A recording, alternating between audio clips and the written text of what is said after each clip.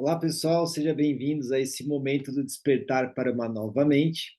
Eu sou Alessandro Rubio, terapeuta e autor da Jornada Trinos, método para qualquer pessoa transformar pensamentos ruins de forma consciente para ter paz e tranquilidade ao tomar decisões. Tema de hoje: envelhecer ou amadurecer? Quais são os pensamentos ruins que te levam a sua mente a envelhecer e não amadurecer? Na jornada Trinos, nós utilizamos comandos mentais, determinados de forma consciente para a transformação da nossa realidade, facilitando a tomada de decisões. E toda a estrutura do método, as palavras, os comandos, vem de um processo de canalização e inspiração, através de dois autores, eu e Sônia Trujillo. A autoestima é a qualidade de quem se valoriza, se contenta com seu modo de ser e demonstra, consequentemente, confiança em seus atos e a forma que se observa. Etarismo, idadismo ou ageísmo são usados para definir o preconceito em relação à idade avançada das pessoas e se refere aos estereótipos, como pensamos, preconceito, como nos sentimos e discriminação, como agimos, em relação aos jovens da terceira idade. Jovens da terceira idade é assim que eu gosto de falar, assim das pessoas que atingem a sua maturidade da vida. Por quê? As palavras representam a forma como pensamos sobre determinado assunto, pessoa ou situação. E a forma que pensamos são apresentadas por comportamentos, hábitos que podem ser negativos ou positivos para a nossa vida e para as nossas relações. Meu foco é identificar como pensamos, nossa crença, porque é nela que podemos refletir e identificar algo que precisamos mudar em nosso comportamento. É assim que eu lido com todos os meus clientes no dia a dia. Agora há pouco acabei de fazer uma aula, a gente fazendo um exercício, né? Como eu identifico um pensamento, a forma que eu estou ali, vivenciando a situação, o que eu estou pensando naquele momento. Aí eu vou lá e escrevo. E aí eu começo a entender como eu ajo e reajo diante daquele pensamento. Bom, a baixa autoestima é principalmente causada pela impossibilidade de enquadramento no padrão de beleza e estética idealizados pela mídia, através dos meios de comunicação. Padrões esses inatingíveis e pouco realistas. Normalmente são mulheres ou homens jovens, magros, fortes e bem-sucedidos. E qualquer pessoa que não tenha este combo pode ser vista ou se sentir como inferior. Um dos meios de comunicação forte para nesse sentido são os filmes, né? Eu gosto muito de assistir, não tanto quanto a minha esposa. Mas falando de homens, há um tempo atrás eu estava lendo sobre o filme Thor. O ator falando de que não quer mais assinar contratos longos porque ele precisa viver uma vida muito intensa de exercícios e de alimentação, que não corresponde ao que ele vive quando não está atuando esse papel. Ou seja, para ele mostrar aquela imagem, ele vive algo provavelmente irreal. No entanto, essa imagem é que é transmitida.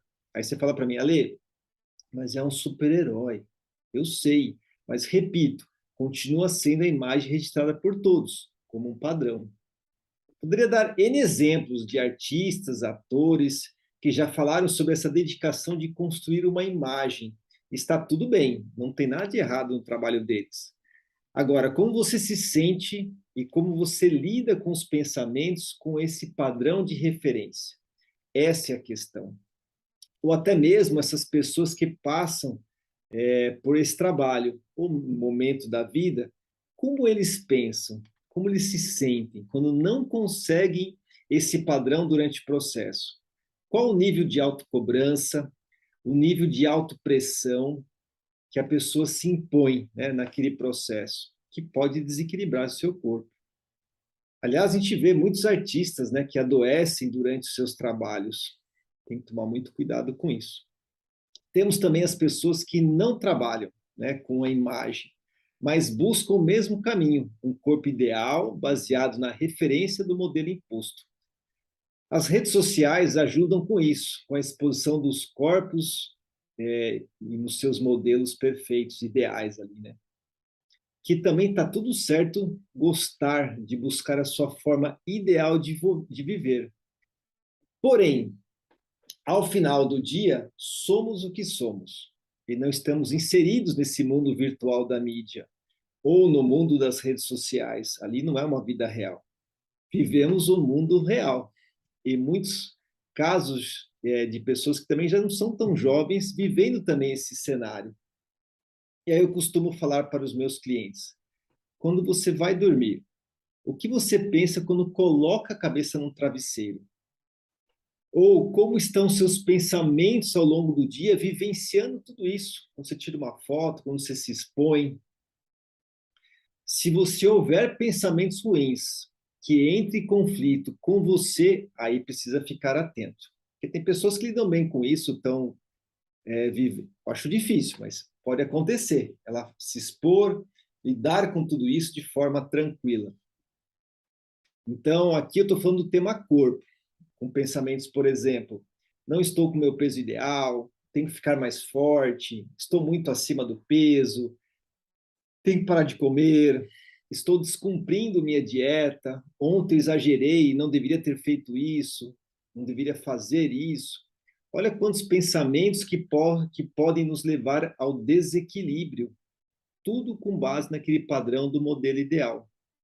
Aí você fala assim para mim, Ale, novamente, né? Ale, qual o problema de pensar tudo isso?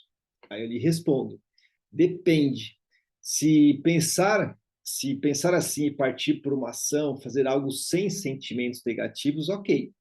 Mas se você ficar ali remoendo, sofrendo, se cobrando, brigando com seu espelho, como se o espelho tivesse culpa, né? Se sentindo a pior pessoa do mundo, aí, aí está o excesso de tudo isso. Aí terá que cuidar. E outro ponto importante de pensamentos que podem gerar outros hábitos ruins. Se você fica imaginando pessoas, ou literalmente vendo pessoas com o corpo que você gostaria, aqui temos um comportamento de comparação, podendo também gerar sentimentos de inferioridade, insegurança, ansiedade, que reforçam a baixa autoestima. Tem um caso de uma cliente que leva uma vida saudável, da alimentação, com atividade física, como yoga, mas tinha esses pensamentos ruins sobre as partes do corpo que não eram ideais. Ela queria modificar muita coisa.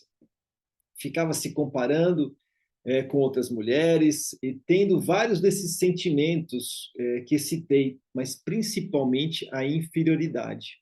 Tendo um desdobramento ali, criando outras crenças, que não conseguia ter, por exemplo, um relacionamento bacana por causa do corpo. E tinha também uma não aceitação de como ela era. Enfim, aqui estou falando de uma pessoa madura, com um filho, independente, mas no fundo tinha esses pensamentos que a bloqueavam. Ela tinha uma vontade de fazer várias cirurgias. O que foi legal nesse processo dela foi que ela começou com uma mudança do olhar para a vida dela, novos pensamentos, eliminando o que gerava tudo isso, né? Todo aquele sentimento ruim. Ainda que ela não deixou de fazer a cirurgia, mas não com tantas mudanças como estava inicialmente querendo, e sim apenas por pontos que incomodavam desde a infância, como aqui uma papinha no pescoço e tudo mais. O que eu estou querendo dizer aqui, nada contra a cirurgia. Como você pode, como você quer ser ou que está no momento da sua vida. E sim, como for, que seja como melhor você se sente, sem gerar nenhum tipo de sentimento ou sensações ruins. Sempre olhando para a seguinte questão: qual o pensamento e hábito que estão levando eu para um conflito interno? E quais que posso manter, né, que me deixem em harmonia comigo mesmo?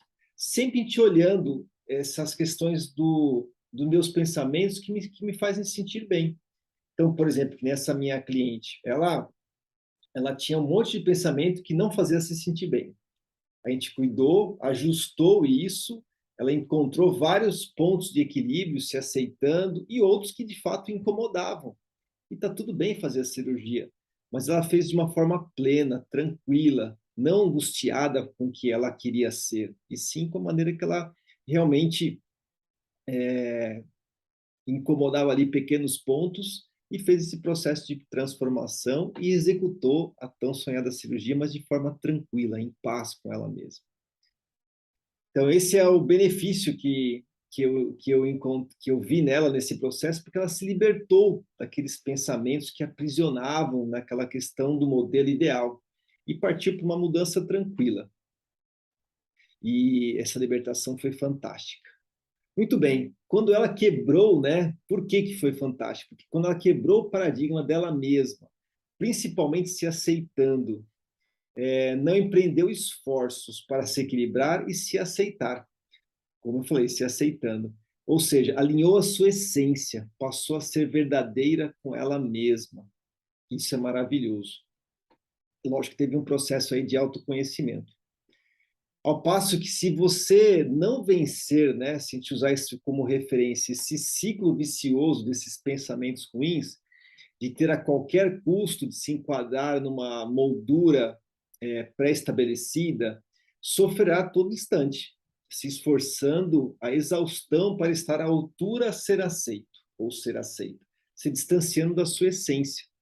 É quase como viver um personagem de você mesmo, como ela, de uma certa forma, essa cliente viveu durante um tempo. A Adidas, a marca Adidas mesmo, sem querer fazer nenhuma propaganda, ela tem um canal do YouTube chamado Nada é Impossível, Impossible is Nothing.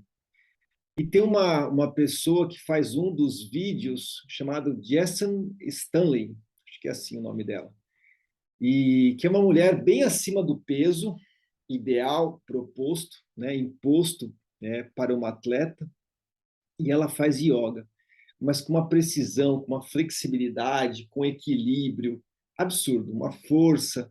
E nesse vídeo ela vai demonstrando isso e falando, abre aspas, disseram-me que eu não parecia uma atleta, bem que eles estavam totalmente errados. Meu corpo é flexível e poderoso. Percebi quanto mais demonstro isso, mais força eu dou aos outros. Então, quem vai me dizer que eu não sou um atleta? A minha história não é impossível, porque eu sou possível. Fecha aspas. Caso como o dela, em trabalhos de divulgação, como fonte inspiradora de outras possibilidades que não aqueles modelos ideais, temos vários, talvez não com a mesma intensidade com os padrões, os modelos ideais, mas eu gosto de dizer sempre que o mundo é como observamos ele. Se eu mudo a forma de pensar, eu mudo a forma de me comportar e sentir. Porque eu cheguei até aqui, mostrando todos esses exemplos e forma de pensar. Porque eu quero lhe perguntar, como está lidando com seus pensamentos com o passar dos anos? Como está envelhecendo ou amadurecendo com esse processo? Não importa a sua idade, cuide disso agora, caso tenha todas essas referências que tiram sua paz e tranquilidade para viver. Se você não chegou ainda, um dia chegará como uma jovem pessoa da terceira idade. E se esses pensamentos de um corpo ideal imposto pela sociedade, que geram todos esses sentimentos e comparações, a chance de você passar por essa fase com muito sofrimento e não aceitação é muito grande. Isso se você já não estiver sofrendo, seja com qual a idade que você tem. O bom dessa história é que você, primeiro, cuidar dos seus pensamentos ruins, fazer isso em primeiro lugar, todos esses pensamentos ruins, suas crenças que levam a esses comportamentos. Se você tiver um projeto de vida com significado, vivendo a sua essência, assim como a minha cliente passou a viver, se aceitando como é e não desistindo de você mesmo, se reinventando constantemente, sua chance de chegar nessa fase sem preconceito e sem se autodiscriminar é muito grande. No documentário Envelhecência, disponível no YouTube, o médico Dr. Alexandre Kalash, epidemiologista especializado no estudo do envelhecimento, ele diz, abre aspas, o que a gente está verificando hoje é que a gente tem um grupo de pessoas que está chegando à velhice, muito diferente daquele grupo que chegou à velhice há 20 ou 30 anos passados. Em parte, isso é uma geração de pessoas que teve experiências de vidas diferentes. um curso de vida diferente. E, em parte, também a percepção de que você vai viver por muito mais tempo, então você vai ter que buscar interesses para não ficar numa velhice arrastada, que vai durar 30 anos em média, diz ele, e você meio perdido, sem saber com o que fazer, né, com esse tempo todo. Fecha aspas. Depois ele complementa com uma frase que eu gostei muito. Abre aspas. Temos que não só somar anos na vida, mas somar vida aos anos. Eu achei isso fantástico, né? Porque é você ter uma visão de gerar qualidade de vida o tempo todo para a sua história. E aí, nesse documentário, ele tem vários exemplos de pessoas jovens da terceira idade mudando a vida, ou aprendendo, fazendo algo diferente ali para poder realmente trazer vida aos seus anos. E temos aí um exemplo de um maratonista de 81 anos, maratona, aquela corrida, né, de 40 quilômetros, se eu não me engano. Esse senhor trabalha desde os 10 anos, nunca parou. E ele tem lá, ele trabalha ele é maître de um restaurante, acho que é em Campos de Jordão. E tem uma série de medalhas, então ele é conhecido por essas corridas de maratona, é um exemplo de vida lá. Agora pensa, correr uma maratona com 81 anos. Se ele tivesse pensamentos ruins, como estou ficando velho, não posso fazer atividade física com tanta intensidade, por exemplo, jamais ele continuaria. Então veja como ele tem pensamentos diferentes dos padrões para poder fazer isso com essa idade. Tem um outro exemplo de uma senhora que aprendeu a surfar com 67 anos e nunca mais parou. E ela disse que o único arrependimento dela é não ter começado antes. E ela até comentou que no início ela começou com querer, né, com um padrão ali, eu não tenho mais idade para aprender nada, ainda mais surfar. Mas ela foi vencendo esses pensamentos, eliminando esses pensamentos ruins e foi para essa mudança de vida. Também é um exemplo maravilhoso. Tem um outro jovem da terceira idade que pulou de paraquedas pela primeira vez aos 60 anos. E hoje está com 80 naquele documentário, né? E continua saltando de paraquedas. E tem uma frase que ele falou assim, né? Que a família dele nunca ousou impedir para ele parar, porque ele respira o paraquedismo e se cuida exatamente para continuar. E só vai parar quando não conseguir mais subir a escada do avião. Isso é vida, né? Então ele arrumou uma atividade que de uma certa forma tem um risco, mas para ele realmente cuidar da saúde dele, enfim, de todo o processo, para que ele continue fazendo aquilo, virou um motivo, uma motivação para ele se cuidar. E quantas pessoas dessa idade param ali e, inclusive, acabam nem cuidando da saúde porque se acham velha, minha vida já acabou, enfim. E tem um outro caso que eu também achei muito bonito, é um jovem da terceira idade que se formou em medicina aos 82 anos, após se aposentar, que era seu sonho, que ele não conseguiu realizar, né, quando mais jovem. E poderia ter ali uma série de pensamentos também. Não vou ter energia para estudar tanto, medicina é difícil, até para os jovens, quanto mais para mim. E ali ele virou uma referência, né, no curso de medicina. Tem até uma história que eles falam que no início, os alunos, né, quando entraram na sala de aula, viram lá um senhor, pensaram assim, deve ser sei lá, o reitor da universidade, está fazendo aqui uma presença, enfim. Mas no fim viraram colegas, obviamente, e ele virou um exemplo para todos ali.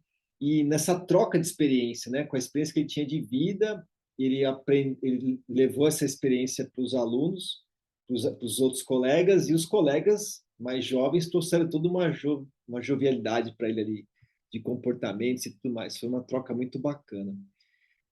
E nesse mesmo documentário tem uma antropóloga, escritora brasileira chamada Miriam Goldenberg, e ela fala que, para ela, né, abre aspas, com o envelhecimento, o tempo começa a ser um capital, apenas gasto com algo que é bom para mim, né? O que ali é amor próprio puro. E ela continua: a única categoria social que todo mundo é velho. Ou você é homem, ou você é mulher, ou você é heterossexual, ou você é homossexual, ou você é branco, ou você é negro, mas o velho todo mundo é, hoje ou amanhã. Fecha aspas. Acho muito legal esse comentário dela. E quem participa também desse documentário é o Mário Sérgio Cortella, muito conhecido aí também, falando sobre o paraquedista. Abre aspas. Eu não tenho a menor dúvida de que alguém que desenvolva atividades que geram adrenalina em alta porcentagem, que essas pessoas têm uma movimentação vital muito maior. Desse ponto de vista, quando alguém se coloca com mais de 70 anos praticando isso, ele mantém ali uma vitalidade, que eu não chamaria de jovialidade, porque vitalidade é algo que aparece em todas as fases da vida. Alguém que sustenta no tempo, que é capaz de levar essa sua vitalidade por um tempo muito mais extenso dentro do próprio tempo de vida que ele tem, sem dúvida, com muito maior capacidade, vive, né, com muito maior capacidade, com muito mais alegria, com muito mais vibração. Fecha aspas. Esse comentário do Cortella eu acho bacana porque tem pessoas que não têm essa vitalidade mesmo sendo mais jovens. Então, qual que é o padrão de pensamento, né? Qual que é a crença que sustenta essa não vitalidade, mesmo sendo uma pessoa jovem? Tudo isso são pensamentos ruins, são crenças, são padrões que me levam para um comportamento. E essa questão mental é muito interessante. O doutor Alexandre, ele coloca faz um outro comentário também, um outro comentário nesse documentário. Abre aspas. Qualquer nova atividade é um desafio. Você está diante de um desconhecido. Se você não tem uma programação mental de aceitar aquilo que é um desafio e que você tem elementos para poder enfrentar esse desafio e superá-lo, você se coloca numa atitude mental defensiva. Depende de você, depende da sua atitude, olhar para aquele obstáculo e dizer: eu vou dar a volta por cima, eu vou me dar bem, ou se deparar com aquele obstáculo e recuar. Isso é fundamental. Agora, esse obstáculo pode ser seus próprios pensamentos. Por exemplo, vamos reunir um conjunto de pensamentos que a gente trouxe até agora. Não vou conseguir aprender isso porque eu não tenho mais idade. Sou velho para isso, não posso me arriscar. Não vai dar certo, já perdi muitas coisas na vida. Não terei energia para estudar tanto como jovens. Só pessoas magras conseguem fazer isso. Não sou bonito o suficiente para ter uma pessoa ao meu lado. Para cada um desses pensamentos, eu me comporto de uma forma. Se nós repetimos, como muitos estudos nos trazem, 90% dos pensamentos do dia anterior, eu repito os mesmos hábitos. Então, se eu tiver 90% dos pensamentos negativos me bloqueando, me paralisando, me impedindo, né, de tomar decisões, enfim, eu vou repetir esses hábitos todos os dias. Enfim, como mudar tudo isso, né? Na jornada Trinos, nós utilizamos comandos mentais, determinados de forma consciente para a transformação da nossa realidade. Esses comandos são como frases, né? São frases que funcionam como mantra. E a origem da palavra mantra vem do sânscrito, uma língua falada antigamente na Índia, que significa instrumento para o pensamento, para cuidar de seus pensamentos, sua mente, torná-la mais saudável.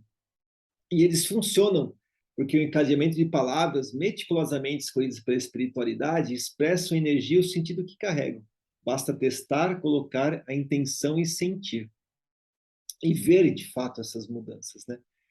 E se você quiser saber mais sobre isso, eu faria um evento, a Jornada Trinos, 100% online, 100% gratuito, onde mostrarei exatamente como pessoas comuns conseguem eliminar pensamentos ruins de forma consciente para ter paz e tranquilidade ao tomar decisões. Entre no link aqui na minha bio e aguardo você lá.